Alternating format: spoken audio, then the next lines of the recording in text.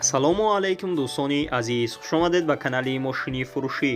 Ман ҳастам, бо шумо Рамазон аз ҳамин канал Боди Хатар. Видеонаворо то охириша тамошо мекунем. Бо хабар мешавем аз нархҳои мошинҳои фурӯшие ки дар Тоҷикистон мебошад. мошинҳо аз ваз 2112 сар шидагӣ то Mercedes Benz S-классае ки мошинҳои шумо дар комментария нависондагӣ биден дар ҳамин ҷамъ ҳузур дорад. курси имрӯза 1000 рубл баробар аст ба 141 сомонӣ. касоне ки дар канали мо то ҳозира обуна шидагӣ нестед, обуна шава и дар видео лайкро бигзора. мо мегзарем ба мошинҳои фурӯшие ки шумо бисёртар интизорашон ҳастед.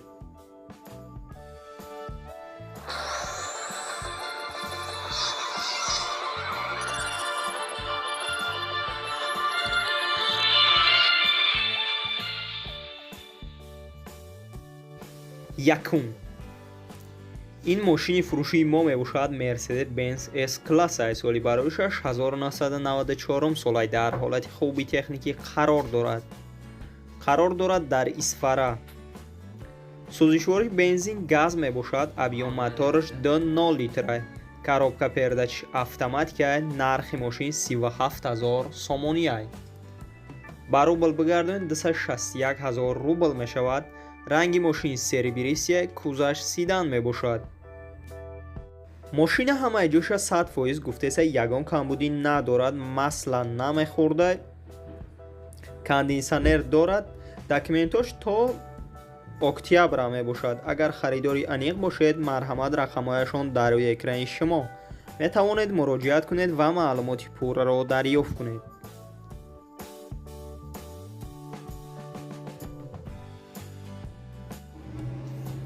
дуюм Mercedes Benz S-класс. соли бароишаш 1999 сол мебошад. дар ҳолати хуби техникӣ қарор дорад дар бохтар Қурғонтепа. сӯзишвориш бензини холияй. объём мотораш 0.6 литрае. коробка передачаш вариаторай. нархи мошин 55000 сомонияй. ба рубл бигардонед 388 000 рубл мешавад. ранги мошин сиёҳ аст, кузаш седан мебошад.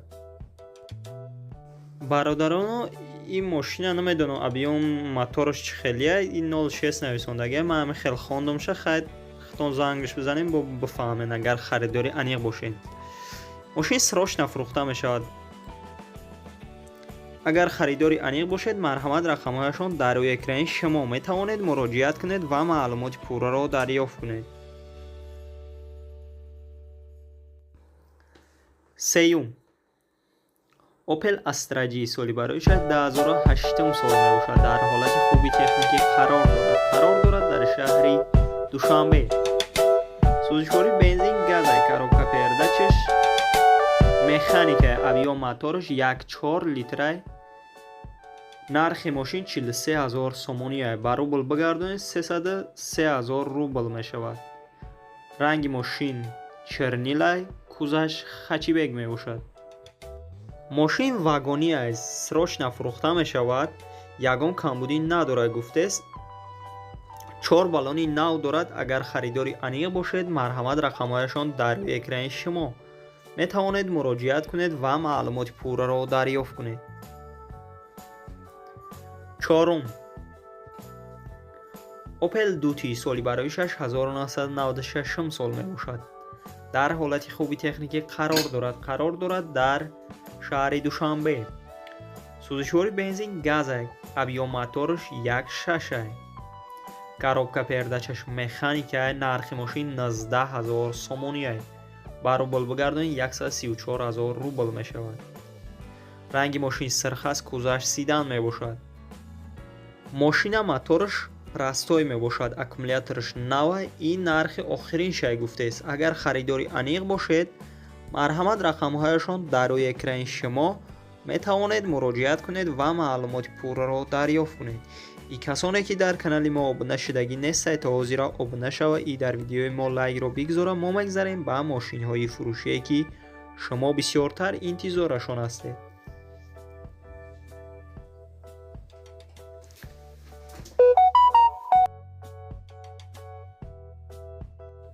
панҷум Mercedes Benz S-Class соли барояшаш 1998 сол аст.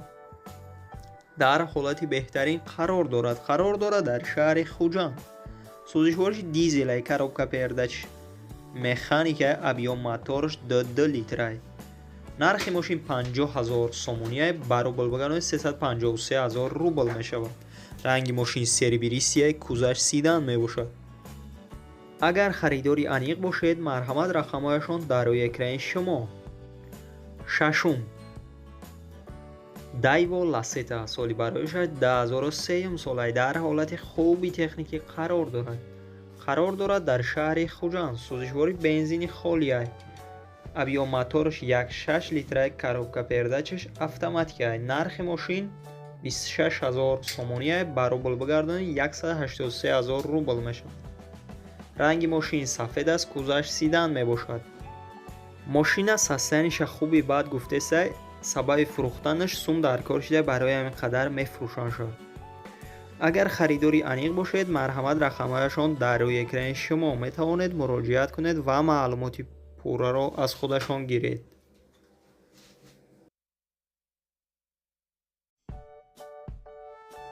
ҳафтум Opel Astra G дар кузови универсал қарор дорад. соли барояшаш 1999 сол аст. дар ҳолати хуби техникӣ қарор дорад дар шаҳри Душанбе. сӯзишвори бензин газ мебошад. объём мотораш 1.6 аст. коробка передач механика аст. нархи мошин 36 500 сомонӣ аст. ба рубл бигардонид 258 000 рубл мешавад. мошина мотораш простой мебошад. 1 сола ҳуҷҷат дорад. агар харидори аниқ бошед, марҳамат рақамҳояшон дар рӯи экрани шумо.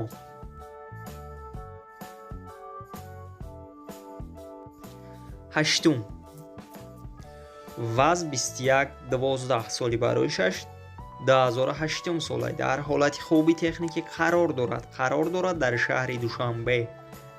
сӯзишвори бензини холӣ аст. объём мотораш 2 литр аст. коробка передач механика аст. нархи мошин 36 000 сомонӣ аст. ба рубл бигардонид 254 000 рубл мешавад. мошина ҳамаи ҷоша 100% кардагиан, ҳамаи ҷош нав кардагия. обогрев сидени мебошад. кондисионер дорад, ҳуҷҷатам дорад. срочна фурӯхта мешавад. 4 электропакет дорад. агар харидори аниқ бошед, марҳамат рақамҳояшон дар рӯи экрани шумо. метавонед муроҷиат кунед ва маълумоти пурраро дарёфт кунед. ва касоне ки дар канали мо обуна шудагӣ нестед, то ҳозира обуна шава и дар видеои мо лайкро бигзора. мо мегзарем ба мошинҳои фурӯшие ки шумо бисёртар интизорашон ҳастед.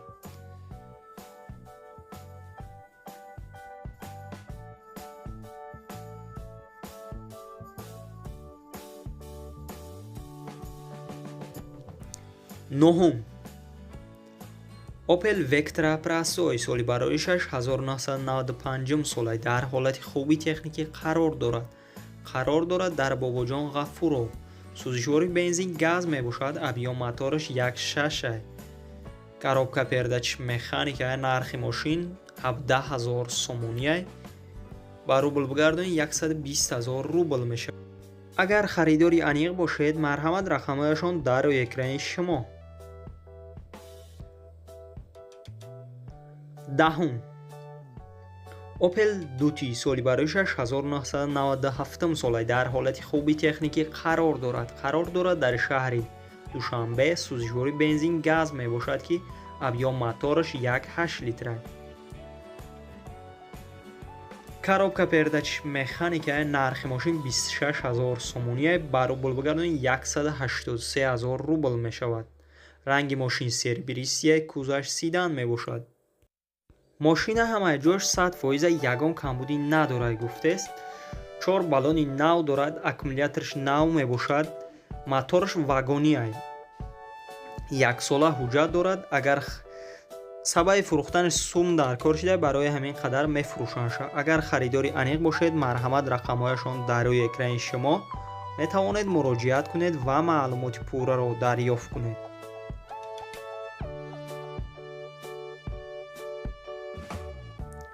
11 Daewoo Lanos соли барояшаш 1997 сол аст.